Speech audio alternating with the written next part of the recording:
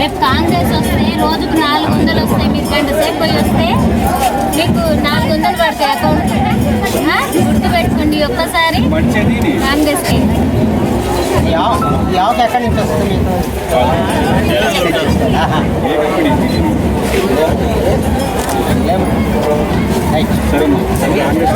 సరే కాంగ్రెస్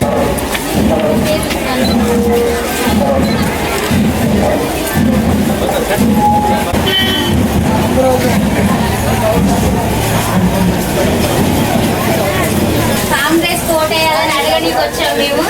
ఒక్కసారి కాంగ్రెస్ కోటేయాలి. ఇది హామీలు అన్నీ ఉన్నాయి. కాంగ్రెస్ అన్న చేసిన పనులు కూడా ఉన్నాయి. తెలిసి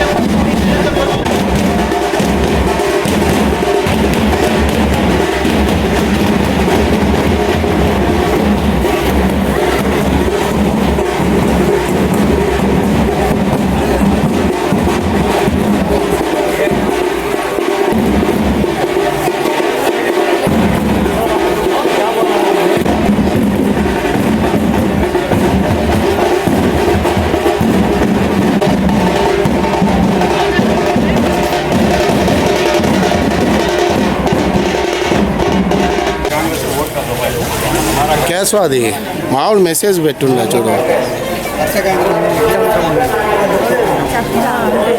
తీసుకుంటామంటే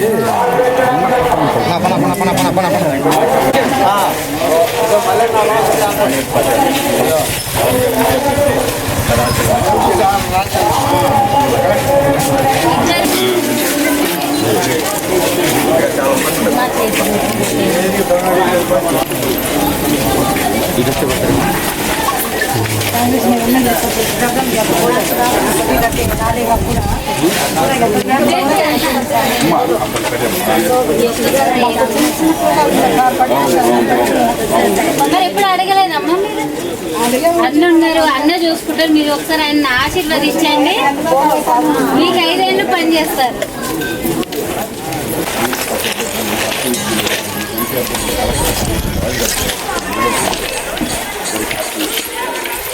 ఎమ్మెల్యేకి ఎంపీకి 2 చేసి చేయండి.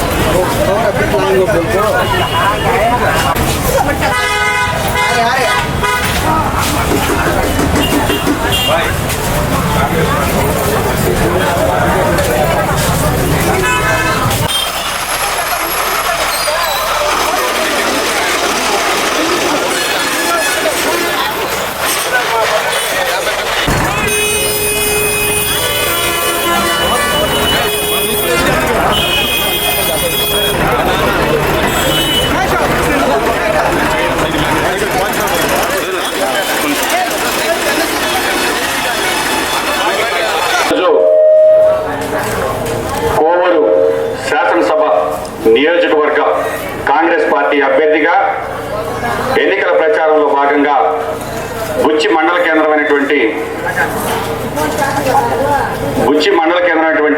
బుచ్చి పంచాయతీలోని ఖాజానగర్లో పర్యటించడం జరిగింది.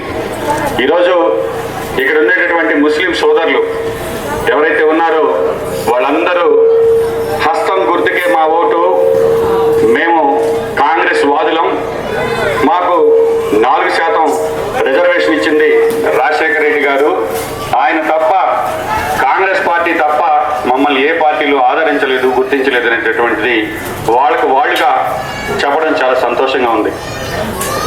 ఈరోజు బుచ్చికి వస్తే కోవూరు నియోజకవర్గ పరిధిలో బుచ్చి అనేది ఒక పెద్ద పంచాయతీ, నగర పంచాయతీ కూడా చేసినట్టున్నారు. ఈరోజు మున్సిపాలిటీ అయిందే కానీ జీవో ఇచ్చారు, కానీ మున్సిపాలిటీకి సంబంధించినటువంటి అర్హతలు కానీ వసతులు కానీ ఇక్కడ ఏవి కూడా ఏర్పాటు చేసినట్టుగా లేదు. సైడ్ రైలు చూస్తే నిర్వహణ లేదు, రోడ్లు లేవు, తాగేదానికి నీళ్లు లేవు. ఇటువంటి ప్రభుత్వాన్ని మనం ఏమనాలో కూడా అర్థం కాని పరిస్థితిలో ఈ బుచ్చి పంచాయతీ ఉంది.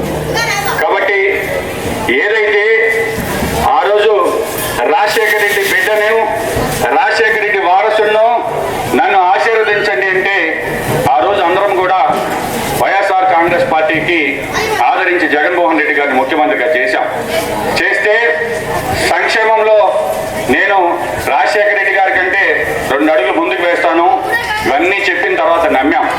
కానీ ఆయన ఓట్లు వేయించుకున్న తర్వాత ఏం చేశాడు తెలుసా తల్లి? ఇసుక అమ్మడం మొదలు పెట్టాడు, మద్యం అమ్మడం మొదలు పెట్టాడు, చేపలు అమ్మడం మొదలు పెట్టాడు. మనం ఓట్లు వేసింది ఒక మంచి పరిపాలన చేయమంటే మనం వేసినటువంటి ఓట్లను అడ్డం పెట్టుకొని వ్యాపారాలు చేయటం మొదలు పెట్టాడు. ఇదేమన్నా ఈస్ట్ ఇండియా కంపెనీనా, వైఎస్ఆర్ కాంగ్రెస్ పార్టీ ప్రభుత్వమా కూడా అర్థం కాని పరిస్థితి. కాబట్టి పాలకులు అవినీతి పరులైతే ఆ రాజ్యం ఏ విధంగా ఉంటుందో ఈ ఆంధ్రప్రదేశ్ ఒకటే ఉదాహరణ అని చెప్పి తెలియజేస్తున్నాను. ముస్లిం సోదరులకి ఆ రోజు 4% రిజర్వేషన్లు ఇస్తుంటే ఎన్నో పార్టీలు అడ్డం కొట్టాయి. ముఖ్యంగా ఈరోజు బీజేపీ ప్రభుత్వం అయితే ఏకంగా మేము ముస్లింకి ఉండేటటువంటి రిజర్వేషన్లు రద్దు చేస్తామని చెప్తుంది.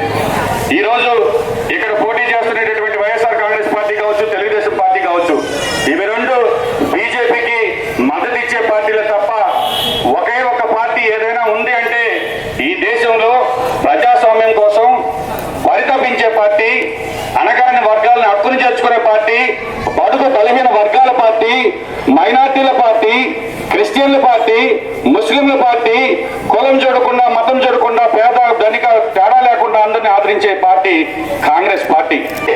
ఈ రాష్ట్రంలో ప్రశ్నించేవాడు లేడు, ఎదిరించేవాడు లేక ఈరోజు వీళ్ళ ఇష్టానుసారం ఏది పడితే అది కొండల దగ్గర నుంచి గుట్టల దగ్గర నుంచి ఏది మిగలకుండా దోచేస్తున్నారు, ప్రజలు అగసాటులో ఉన్నారు అని బహుశా నేను అనుకుంటున్నా రాజశేఖర రెడ్డి మనసు క్షోభించి ఆ బిడ్డని ఆంధ్రప్రదేశ్ కాంగ్రెస్ కి అధ్యక్షురాలుగా చేస్తుంటాడేమో అనుకుంటున్నా. ఈ మాట ఎందుకు చెప్తున్నానంటే ఏదైతే రాజశేఖర రెడ్డి గారు ఆ రోజు పేదవాళ్ళకి సంబంధించి వైద్యానికి ఇబ్బందులు ఉన్నాయి, కార్పొరేట్ హాస్పిటల్ లాంటి పెద్ద పెద్ద ఆసుపత్రుల్లో పేదవాడిపై వైద్యం చేయించుకోలేడని ఆరోగ్యశ్రీని ప్రారంభించాడు. కార్పొరేట్ హాస్పిటల్ ఈరోజు నెల్లూరు నగరంలో మనకు ఉండేటటువంటి కార్పొరేట్ సూపర్ స్పెషాలిటీ హాస్పిటల్ ముఖ్యంగా ప్రభుత్వ ఆసుపత్రులు కాకుండా ప్రైవేట్ రంగంలో 3 ఉన్నాయి. ఒకటి వచ్చేసి అపోలో, 2 వచ్చేసి కిమ్స్, 3వది వచ్చేసి సింహపురి హాస్పిటల్. నేను అడుగుతున్నా ఇక్కడ ఉండే వాళ్ళని, ఈ రోజు అపోలో హాస్పిటల్లో ఆరోగ్యశ్రీ ఉందా తల్లి? ఉందా ఈరోజు ఆరోగ్యశ్రీ అపోలో ఆసుపత్రిలో? ఈరోజు మెడికల్కి పోతే ఉందా? లేదనుకుంటే బొల్లేనికి పోతే ఉందా? ఏదైతే రాజశేఖర రెడ్డి గారి కలలుగన్న ఆరోగ్యశ్రీ కూడా ఈ రోజు పెద్ద పెద్ద హాస్పిటల్లో లేదు అని బోర్డులు పెడితే దీన్న రాజశేఖర రెడ్డి గారి పరిపాలన అంటారు. రాజశేఖర రెడ్డి గారు చనిపోయినా కూడా బతికించింది ఆరోగ్యశ్రీ అని అందరి హృదయాల్లో ఉంచింది. అట్లాంటి ఆరోగ్యశ్రీని కూడా పేరుకేమో చెప్పేటప్పుడు మేము 25 లక్షలకి పరిమితి పెంచామంటారు, హాస్పిటల్కి పోతేమో డబ్బులు చెల్లించక మేము ఆరోగ్యశ్రీ నిలిపివేసామని బోర్డులు కనబడేటటువంటి పరిస్థితి. 1 కాదు 2 కాదు, ఈరోజు జగన్మోహన్ రెడ్డి గారు ఒకటే అంటున్నాడు, మీ ఇంట్లో మేలు జరుగుంటే నేను మీకు 30 సార్లు 33 సార్లు స్విచ్లు వస్తా, మీరు నాకు ఒకసారి వస్తాండి. జగన్మోహన్ రెడ్డి గారు ఈ రోజు నేను మా అక్క చెల్లెమ్మని అడుగుతున్నా, వాళ్ళు ఏ మాత్రం లక్షాధికారులు అయ్యారు? మీరు రూపాయి ఇచ్చి పెంచి ధరలు పెంచి కరెంటు బిల్లులు పెంచారు, బస్ ఛార్జీలు పెంచారు, గ్యాస్ పెరిగింది, నిత్యావసర సరుకులు ధరలు పెరిగాయి.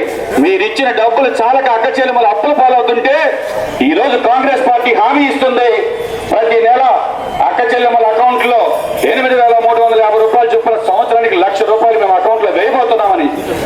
ఆ రోజు జగన్మోహన్ రెడ్డి గారు మైక్ తీసుకుంటే పక్క రాష్ట్రంలో మన రాష్ట్రం కన్నా డీజిల్ రేట్లు ₹10 తక్కువగా ఉన్నాయి, చంద్రబాబు ఎందుకు తగ్గించలేడు అన్నాడు.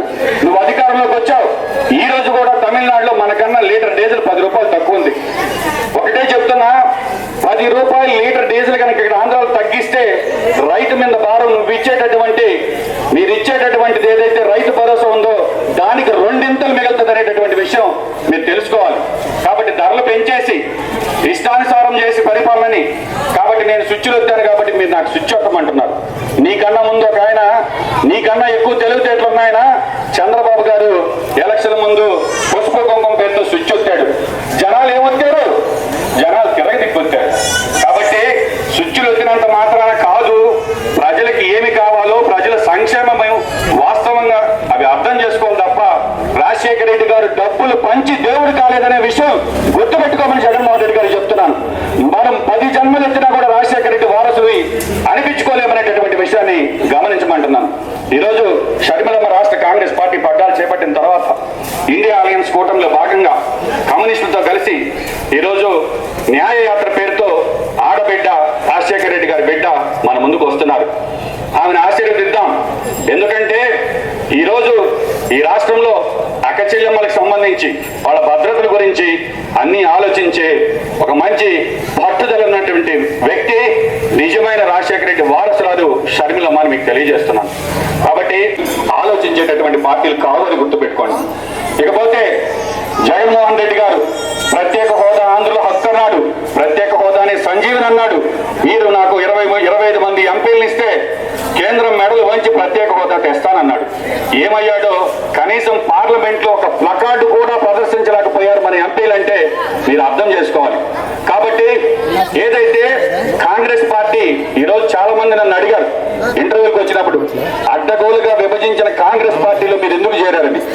నేను ఒకటే చెప్తున్నా, ఇద్దరు అన్నదమ్ముల మధ్య తగులు ఉన్నప్పుడు ఒక పెద్ద మనిషి వెళ్ళి ఇంకా కలవడం కుదరదురా, మీరు విడిపోమని విభజిస్తారు. విభజించినప్పుడు ఆస్తుల పంపకాలు కావచ్చు, వీళ్ళకి భవిష్యత్తులో ఏం కావాలన్నీ కూడా న్యాయం చేసేటటువంటి పరిస్థితి. ఆ రోజు కాంగ్రెస్ పార్టీ ఈ ఆంధ్రప్రదేశ్కి సంబంధించి ఏమేమి అవసరమవుతాయో అవన్నీ విభజన చట్టంలో స్పష్టంగా పొందుపరిస్తే గడిచినటువంటి తెలుగుదేశం ప్రభుత్వంలో చంద్రబాబు గారు వచ్చు ఎన్డీఏ కూటమిలో అలయన్స్ లో ఉన్నాడు. ఆ రోజు కూడా కేంద్రంతో పోరాడి ప్రత్యేక హోదా గాని నిధులు గాని విభజన హామీలు గాని సాధించడంలో విఫలమయ్యాడు.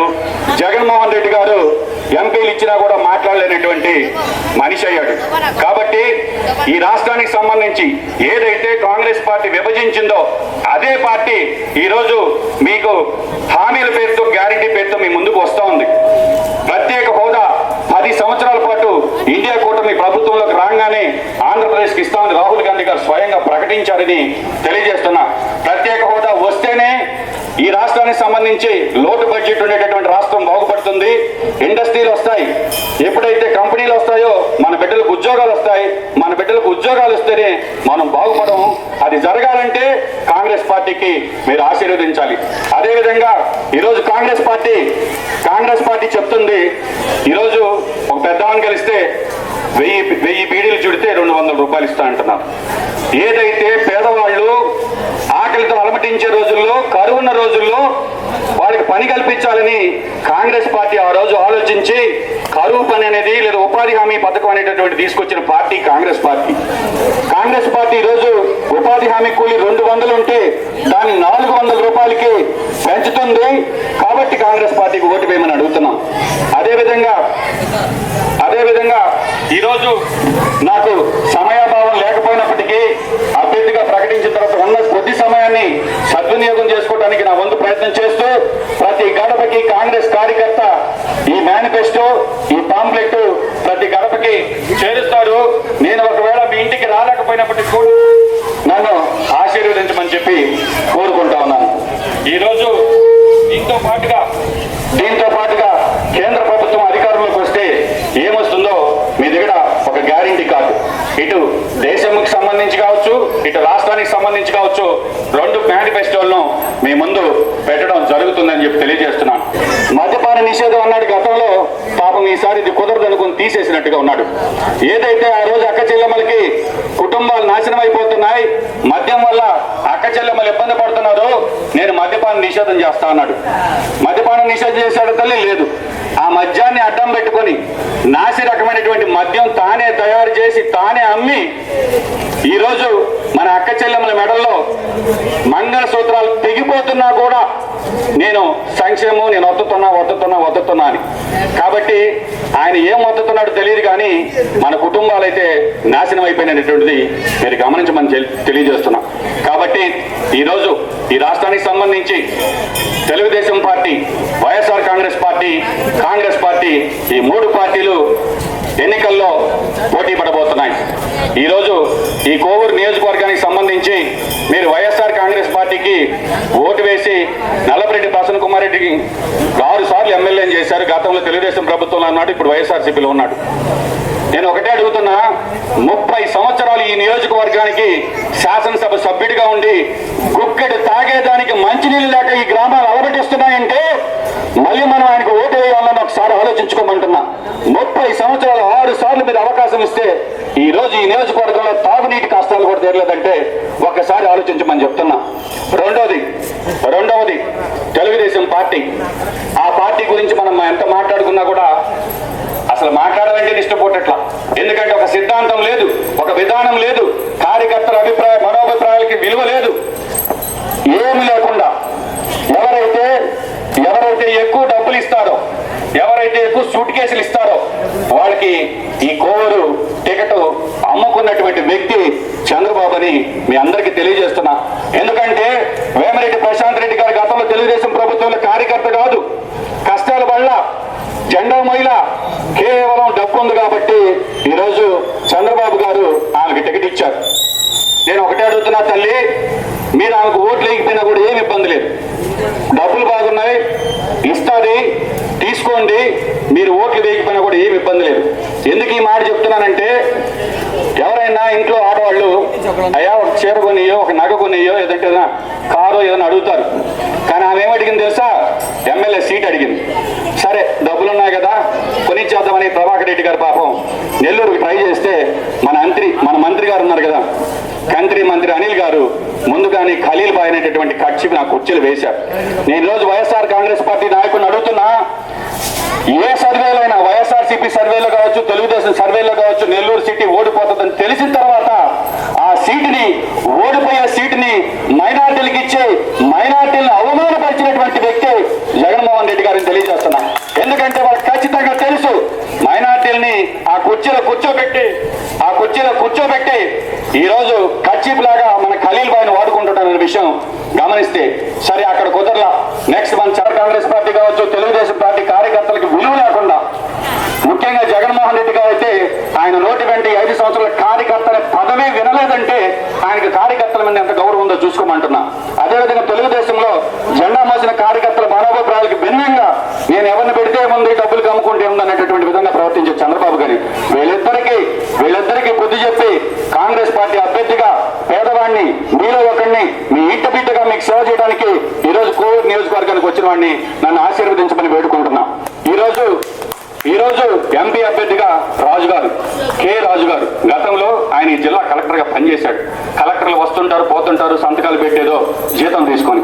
కానీ ఆయన అలా ఆలోచించకుండా బడుగు బలిగిన వర్గాలు సంతకం కూడా పెట్టలేకపోతున్నాయని రాత్రి బడిని ప్రారంభించి అక్షరాస్యత ఉద్యమాన్ని చేసి ప్రతి ఒక్కరికి దళిత వాడల్లో, గిరిజన వాడల్లో రాత్రి బడి పెట్టి పుస్తకాలు ఇచ్చి వాలంటీర్లు పెట్టి దాదాపు 18 నెలలు నిర్విరామంగా అక్షరాస్యత ఉద్యమాన్ని చేసి అందరికీ సంతకం పెట్టించినటువంటి వ్యక్తి, ఈ జిల్లా కలెక్టర్ గా పనిచేసినటువంటి ఒక బడుగు బలిగిన వర్గాల ఆశా జ్యోతి మన కె రాజు గారు ఈరోజు ఈ పార్లమెంటరీ నియోజకవర్గానికి అభ్యర్థిగా కాంగ్రెస్ పార్టీ నిర్ణయించిందంటేనే మీరు కాంగ్రెస్ పార్టీ సిద్ధాంతాల్ని ఆలకించండి, కాంగ్రెస్ పార్టీని ఆశీర్వదించండి, మీ ఇంటి బిడ్డగా, మీలో ఒకటిగా మీకోసం వచ్చిన వాడిని నన్ను దీవించండి, హస్తం గుర్తుపై మీరు 2 వేట్లు వేసి ప్రజాస్వామ్యాన్ని బతికించండి అని చెప్పి వేడుకుంటూ సెలవు తీసుకుంటున్నాను. జై హింద్.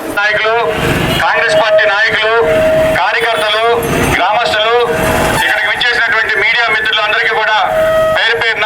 జోడించి శిరస్సు వంచి నమస్కరిస్తున్నాను. ఈరోజు ఈ యొక్క కోవూరు శాసనసభ నియోజకవర్గంలో ఎన్నికలు జరుగుతూ ఉన్నాయి. ఈ ఎన్నికల్లో తెలుగుదేశం, బీజేపీ, జనసేన కూటమి అభ్యర్థిగా ఒకరు, వైఎస్ఆర్ కాంగ్రెస్ పార్టీ నుంచి ఒకరు, అదేవిధంగా కాంగ్రెస్ నుంచి నారపరెడ్డి కిరణ్ కుమార్ రెడ్డి అని నేను మీ ముందుకు వచ్చి చేతులు జోడించి శిరస్సు వంచి ఓట్లు అడుగుతున్నాను. ఈరోజు ఉండేటటువంటి పార్టీలు కానీ, ఆ పార్టీ యొక్క సిద్ధాంతాలు కానీ ఒక్కసారి ఆలోచించండి. కాంగ్రెస్ పార్టీ గురించి ఆలోచించండి.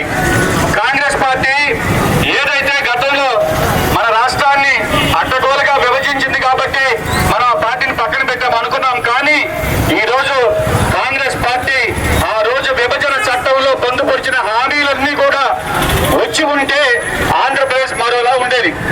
కాబట్టి ఈరోజు ఏదైతే ఆ రోజు జగన్మోహన్ రెడ్డి గారు ప్రత్యేక హోదా వస్తే ఈ రాష్ట్రం బాగుపడుతుంది, ప్రత్యేక హోదా వస్తేనే మనకి కేంద్రం నుంచి నిధులు వస్తాయి, అప్పులు ఊపిలో ఉండేటటువంటి ఆంధ్రప్రదేశ్ బాగుపడుతుంది, నాకు 25 మంది ఎంపీలు ఇస్తే నేను కేంద్రం మెడలు వంచి ప్రత్యేక హోదా తెస్తానని చెప్పడం జరిగింది.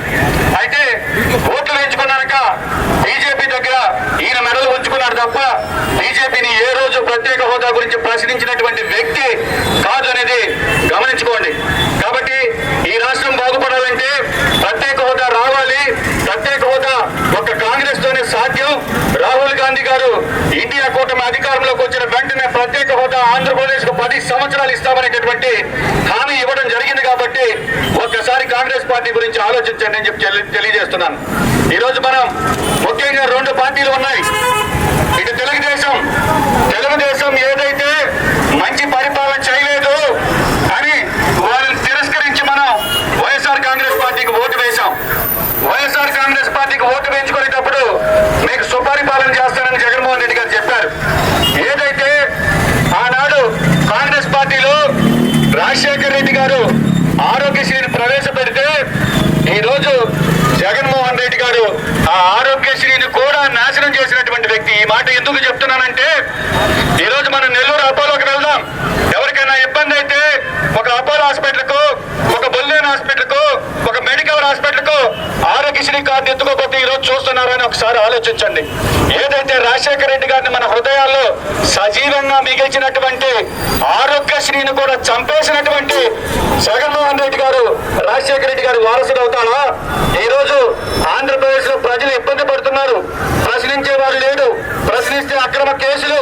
వైఎస్ఆర్ కాంగ్రెస్ పార్టీ వాళ్ళు భిక్షలు విడిగా ఇసుక, గులక, మద్యం ఏది దొరికితే అది అమ్ముకుంటూ జనం సొమ్ము కాజేస్తుంటే ప్రశ్నిస్తే కేసులు.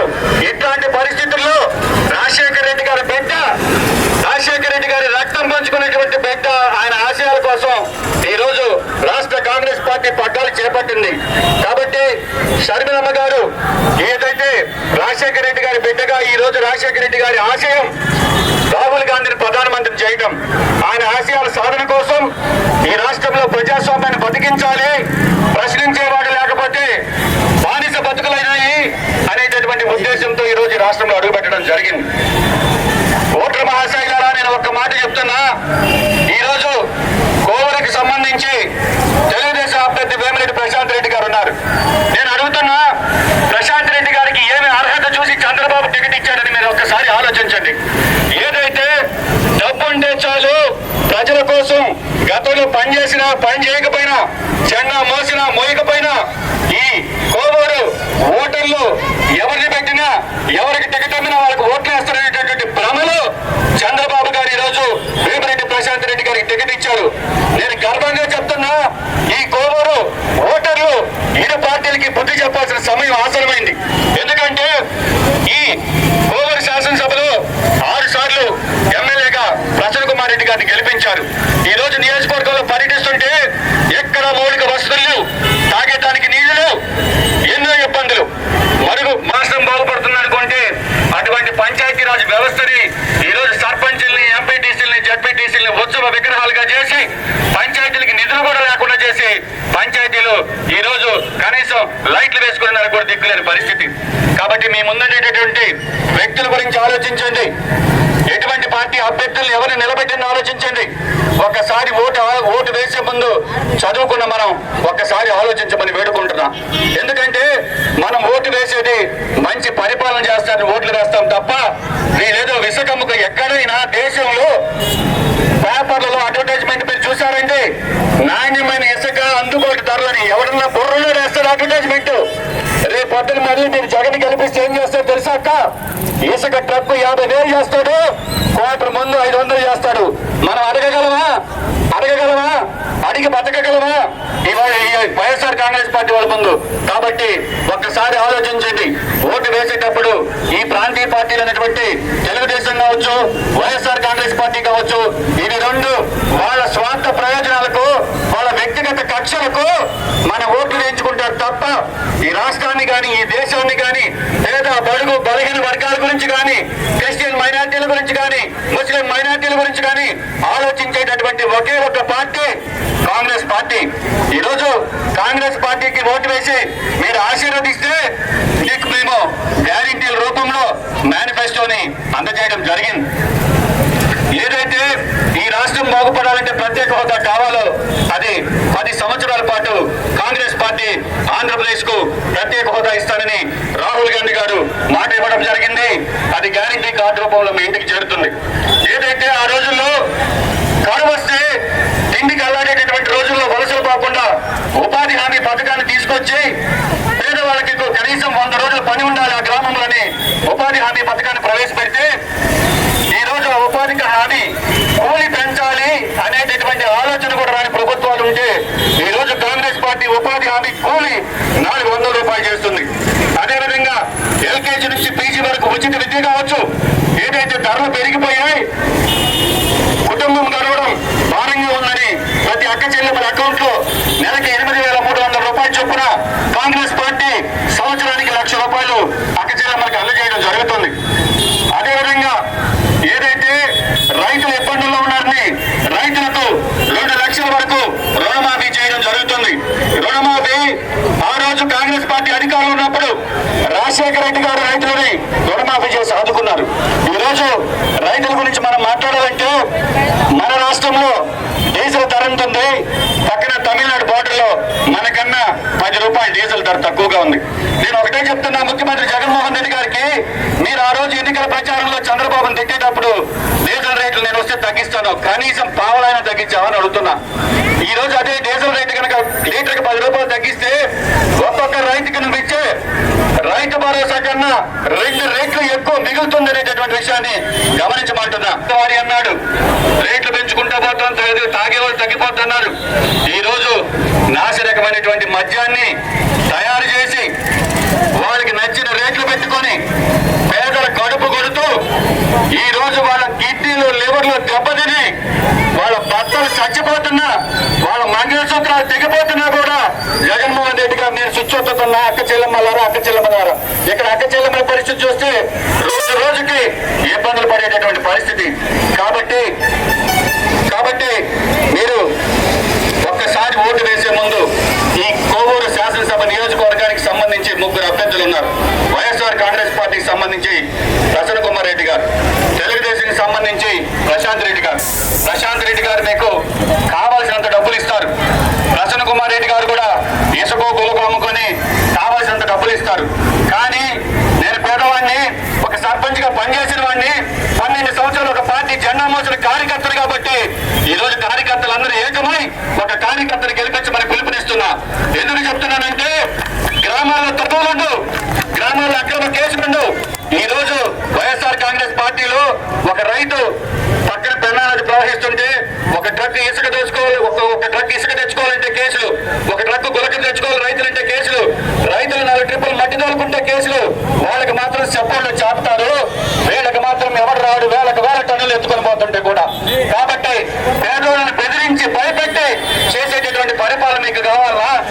ఇది అందరి పార్టీ, మనందరి పార్టీ హస్తం, ఆపన్న హస్తం 10 మందికి పెట్టి చేయి గుర్తు మీద ఓటు వేసి మమ్మల్ని గెలిపించండి అని వేడుకుంటున్నాం.